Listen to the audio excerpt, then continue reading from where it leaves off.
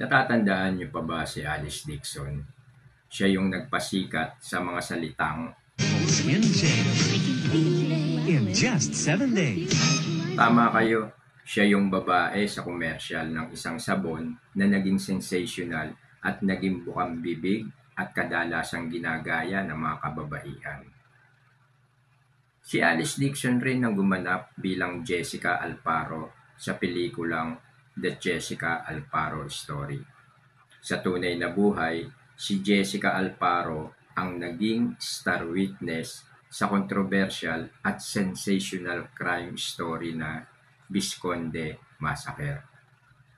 Isa pa sa naging kontrobersyal na kinasangkutan ni Alice Dixon ay ang urban legend na taong ahas sa Robinson's Galleria Mall. Sinasabing si Alice Dixon ay muntik nang maging biktima ng taong ahas sa fitting room ng nasabing mall. Nakuha lang raw niyang makatakas at siya raw ay binayaran ng napakalaking halaga ng may-ari ng nasabing mall, kaya si Alice ay pansamantalang nawala sa Pilipinas.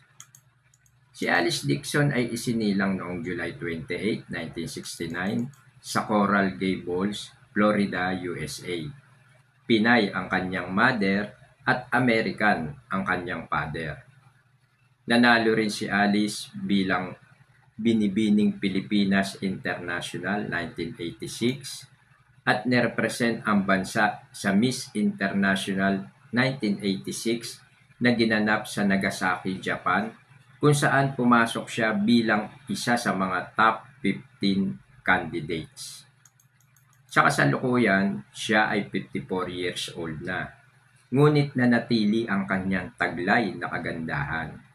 Noong siya ay 51 years old, natupad ang kanyang pangarap na magkaroon ng baby sa pamamagitan ng surrogacy. Si Alice ay nakagawa rin ng halos 50 pelikula, kabilang na ang Jessica Alfaro Story. At mahigit sa 20 TV program din ang kanyang nilabasan, kabilang na ang Okay Ka, Perico. Si Alice Dixon ay mananatiling I Can Feel It Girl sa maraming Pilipino. Change in just 7 days.